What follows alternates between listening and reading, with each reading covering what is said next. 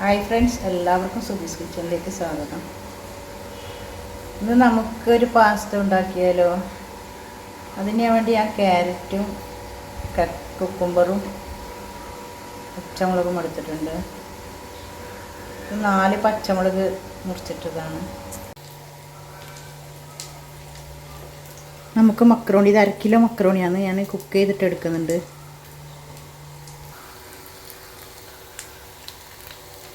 ചിക്കനും വേവിച്ചെടുക്കുക. മക്രോണിയാണ് ഇവിടെ വേവിച്ചെടുത്തിട്ടുണ്ട്.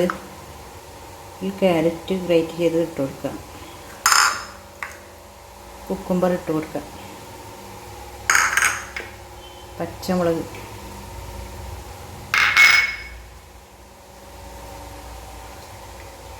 മല്ലിയില,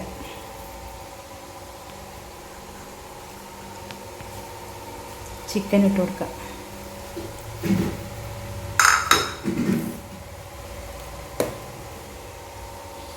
മയോണൈസ് ഇട്ട് കൊടുക്കുക.